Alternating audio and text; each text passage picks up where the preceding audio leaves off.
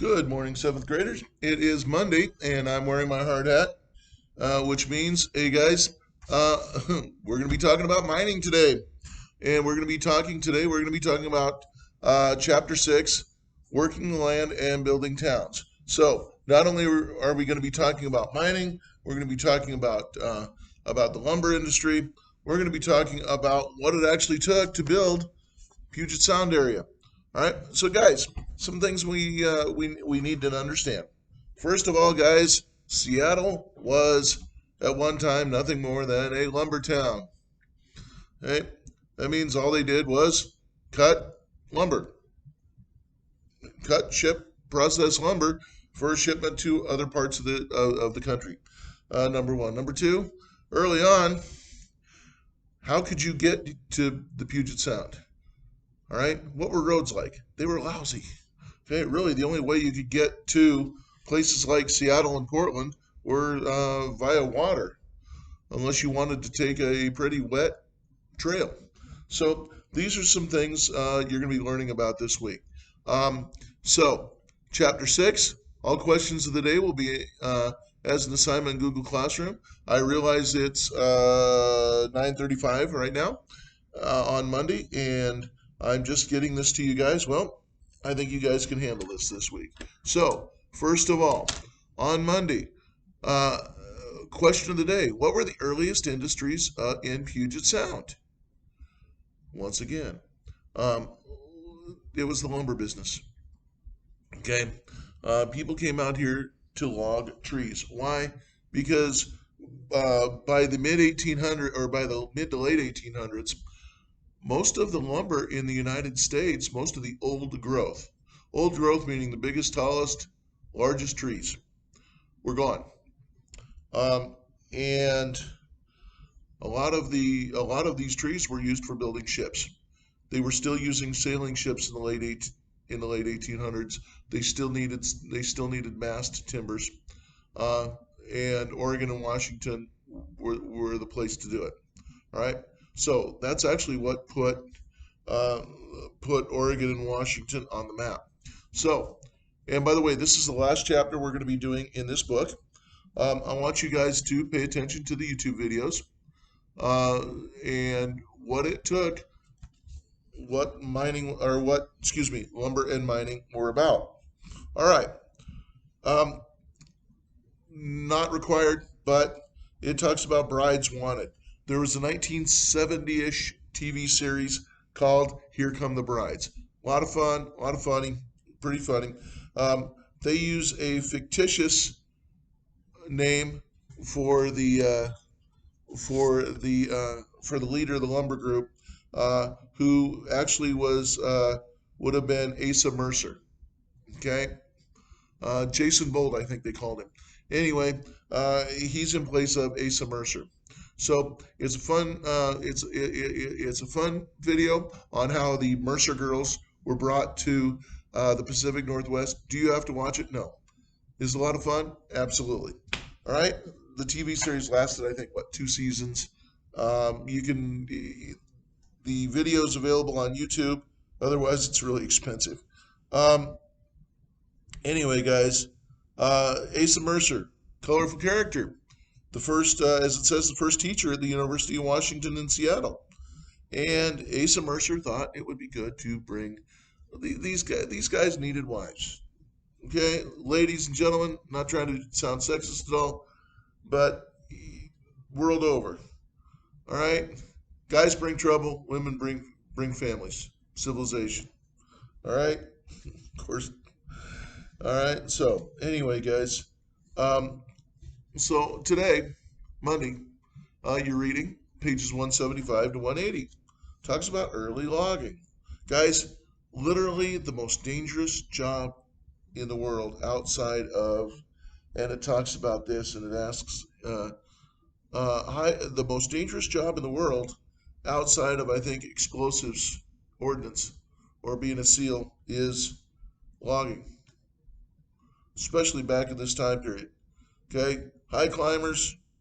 Uh, my dad was he worked in logging in the summertime, and he fought fires. Um, and you take an axe through the leg, take a saw blade. I mean, people got infected, all these kind of things. All right. Um, and it talks about here on page 176, early logging. Okay. They needed an industry here in the Pacific Northwest. Now, there's all kinds of terms today. They talk about loggers called falling branches, widow makers. They because thousands of loggers lost their lives when hit by them. They still do. The logging business is still exceptionally dangerous. One issue though, when you harvest a tree, how long does it take to replenish it, to replace that tree? Quite a few years. Okay. Now, 178, because you're reading today is up through 180, talks about things like a skid road. Many people refer to, and Seattle actually had the original skid road. You go down to the waterfront in Seattle, um, that's where some of the original first logging took place. And people that were down on their luck, people that didn't have any money, people that were drunkards, would end up on Skid Road. That's where they would live. Okay, Skid Road is what is the road that was used for hauling trees down to the water, or to the or if they didn't go down to the water first, they off to the mill. Okay, that would be the Skid Road. All right, donkey engines. What's a donkey engine? It's a steam engine that was used for hauling lumber. The ride, one thing that I absolutely love, when you go on one of my favorite rides ever at places like Six Flags, or like when I was in Virginia. Um, anyway, they had the log flume ride. A lot of fun. I'm sure a lot of you guys have enjoyed those. That came from the logging industry. All right. So, um, you're learning about names like bullwhackers and donkey engines and what logging camps were like. All right. Once again, Pacific Northwest, Oregon, Washington, Idaho. This was a rough business. All right. Took a lot of courage. Now, they used to have what's called lumber schooners. I want you to write the term down, lumber schooner. A lumber schooner was a ship that was built out of green wood. Green wood meaning they just cut it. Okay? So they build lumber schooners here in Portland or in Port Townsend, Seattle, wherever, in order to haul lumber down to places like San Francisco or even around Cape Horn, where the need for lumber, where they needed the wood, where they needed the lumber. And the deal was a lumber schooner was constructed out of freshly cut green wood, and it would haul trees, and it was made for one trip and one trip only. It was made to get that schooner to wherever it was going, and then not only would they use the logs or the cut timber that's in the hold or on the ship, but they would actually dismantle the ship and use that lumber. Okay, so make sure you have a good understanding on that one. Okay. By the way, all right. So that's page 175 to 180.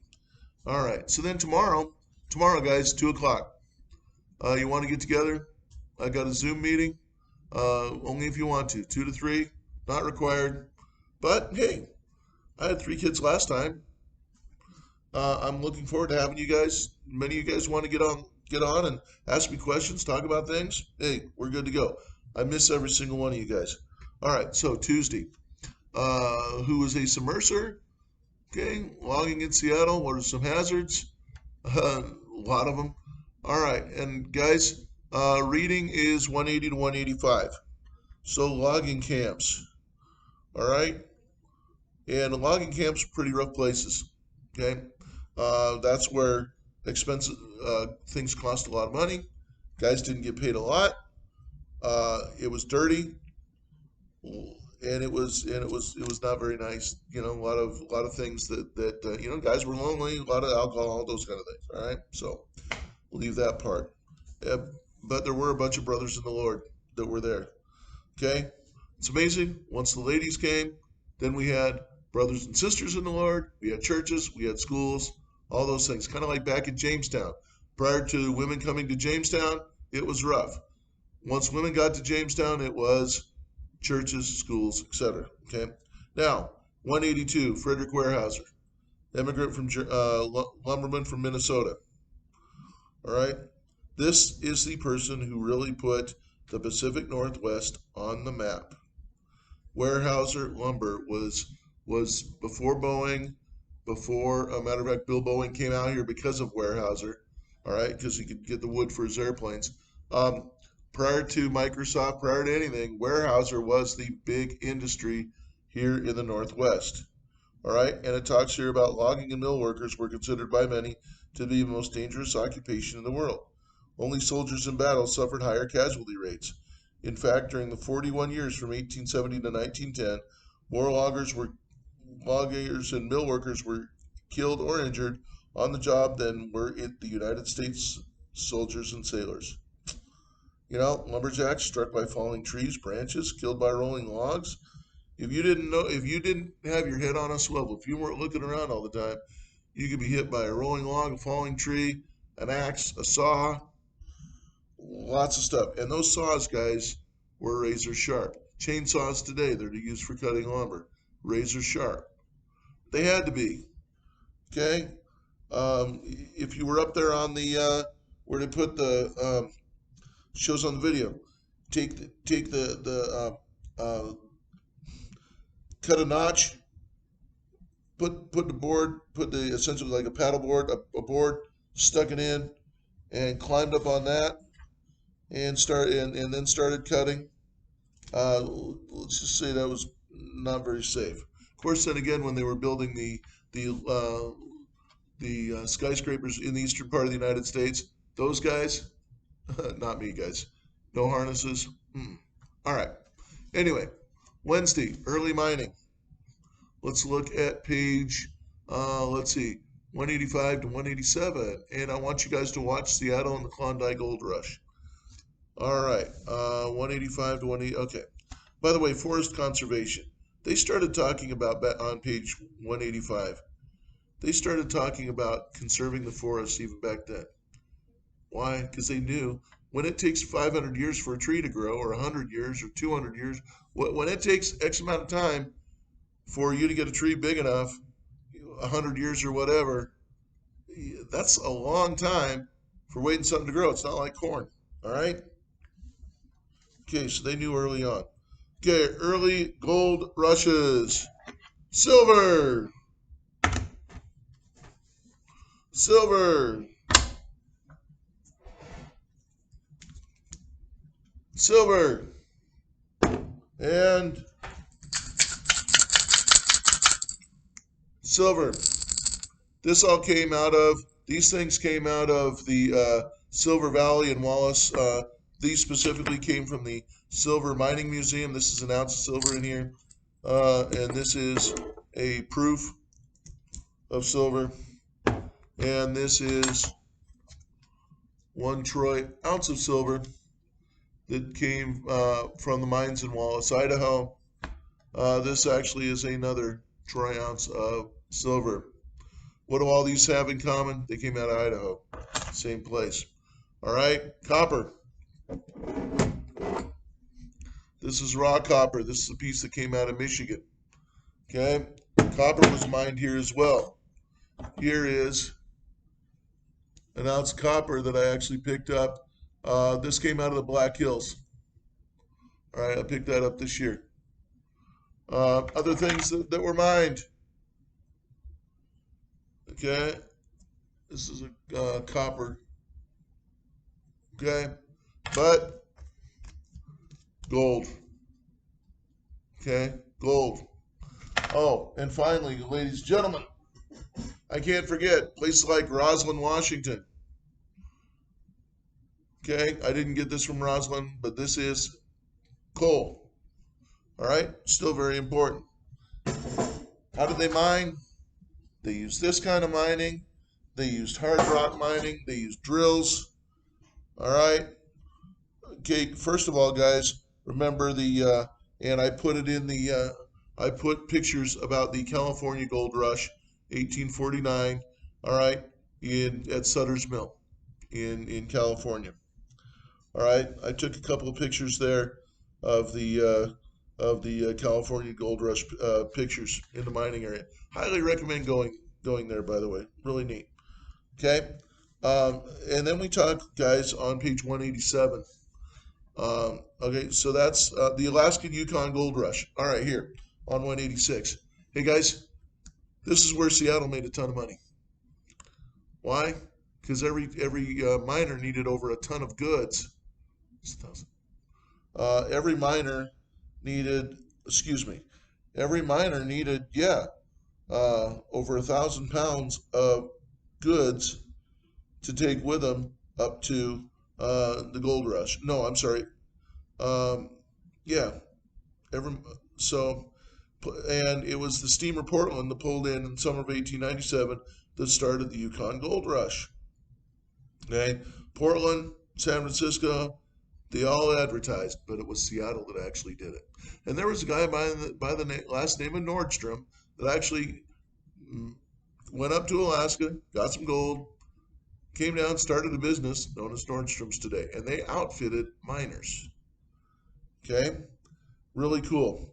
Um, so if you have any questions on that, there's some really good. I think I've got something I want you to watch on that one. And then, guys, Thursday, farming and irrigation and fishing. What city became the outfitting point of the Klondike Gold? Okay, where in Idaho was silver found? Places like Wallace, Kellogg, those places. Okay, what was discovered in Roslyn? Coal. How did the first crops get planted in the Pacific Northwest? By who? All right. How did the first crops get out here? It wasn't Indians. Talks about here on page 187. All right. The fur traders and missionaries actually planted the first crops out here in the Pacific Northwest. Apples, they were not native to the Northwest, but they were brought out here. Okay. Um, Gentleman talks in 1847. Henderson Llewellyn hauled 800 seedlings across the Oregon Trail. Okay, so very important. Okay. Anyway, guys, Northwest fruit ended up becoming very, very popular. Why? Those volcanic mountains. Very important. Okay, guys, mild climate, volcanic soil. All right. Oh, very important. How did how were they able to be able to how were they able to um, how are they, excuse me, some on the computer, how are they able to um, bring water to a pretty arid area east of the Cascades? And a lot of canals were dug. Okay, a lot of irrigation canals. You'll see them all over the Yakima Valley. You go down Interstate 80, going down into the Kittitas Valley towards Ellensburg. All kinds uh, of irrigation canals have been dug in order to facilitate or help the with the irrigation for all the produce. Okay, very important. Commercial and dams were built in order to help that. However, dams were also, as we learned, page 188, 189, 190. Dams were built. However, guys, um, dams did not help as we continue on when it talks about the diminishing salmon harvest, those kind of things. Um, no, it's hard for a salmon to get up over a dam. It took like building fish ladders and stuff, but there's still loss. Okay, a lot of dams destroyed natural salmon habitat by the raising of the lakes and taking away their spawning areas. Um, and so the fishery actually declined with the building of dams. Something to make sure you understand. Also, the fisheries here in the Northwest, literally tens of millions of salmon were caught using gill nets. Going around the gills of the salmon. You would literally take entire let's here like fish wheels, could haul 20 to 40,000 pounds of fish.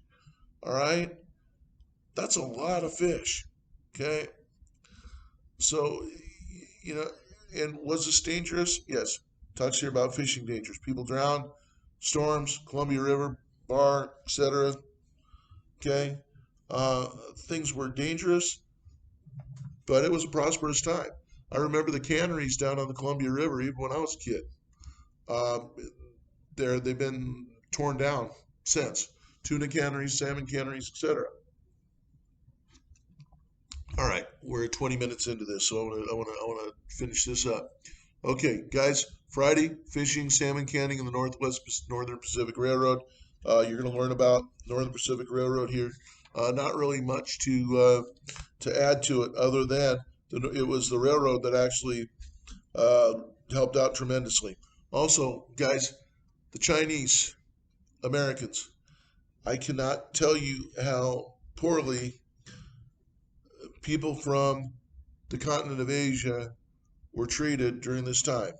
All right, where Chinese Americans could not own property. Okay, they worked hard. Um, there was a horrible name that was used for the automatic salmon processing machine. They called it the iron, forgive me, the iron chink. Totally derisive, totally rude. That's what it was known as, the processing machine, when they were processing fish. Um, and very, but at a processed fish very fast. If you look up the salmon processing machine, but it was dangerous. Processing fish still is. Processing salmon still is. Um, a lot of immigrants came from either Ireland or they came from Asia, up here to the northwest. Okay, guys. Um, let's see. On Friday, let's see. It's up to page 195. Talks about the Northern Pacific Railroad, James J. Hill, and starting on Monday, we're going to talk about discrimination against the Chinese, and the test is to be determined. Have a blessed day. I sure miss all of you guys. God bless you guys, and we'll talk later. Remember tomorrow, if you want to get a hold of me, yes, this is my coronavirus beard. Have a blessed day, guys.